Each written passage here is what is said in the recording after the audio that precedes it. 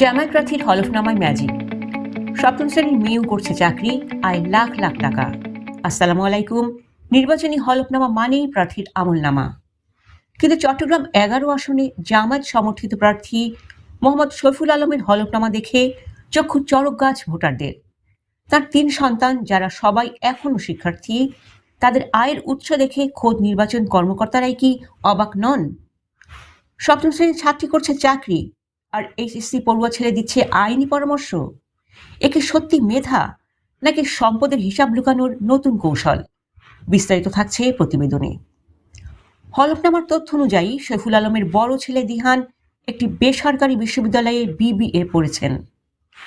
মেজ ছেলে দিলান একজন এইচএসসি পরীক্ষার্থী এবং ছোট মেয়ে সুবাইতা বুশরা মাত্র সপ্তম শ্রেণীর ছাত্রী। অবাক করা বিষয় হলো, এই 3 জনই শিক্ষার্থী হওয়া সত্ত্বেও তাদের নামে বার্ষিক প্রায় 5 লাখ টাকার আয় দেখানো হয়েছে। হলফনামায় দাবি করা হয়েছে তারা ব্যবসা করেন, তাদের শেয়ার আছে এবং তারা চাকরি ও শিক্ষকতার মতো পেশায় যুক্ত। সবচেয়ে বড় প্রশ্নের জন্ম দিয়েছে তাদের পেশাগত পরিচয়।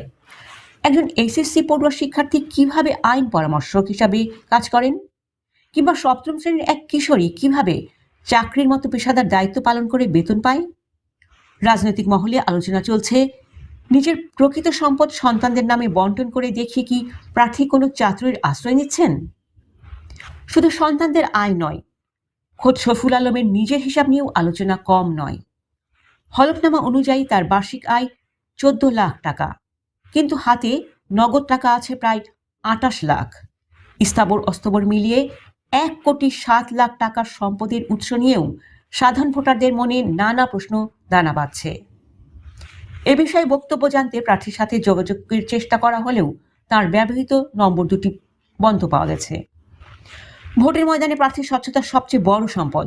শফিউল আলমের এই হলফনামা কি তাঁর নির্বাচনী বৈতরণী পার হতে বাধা হয়ে দাঁড়াবে, নাকি এটি নিছকই কোনো ভুল হিসাব? আপনার মতামত কমেন্টে জানান। নির্বাচনের সব ধরনের এক্সক্লুসিভ খবর সবার আগে পেতে আমাদের চ্যানেলটি সাবস্ক্রাইব করে সাথেই থাকুন। আল্লাহ হাফিজ।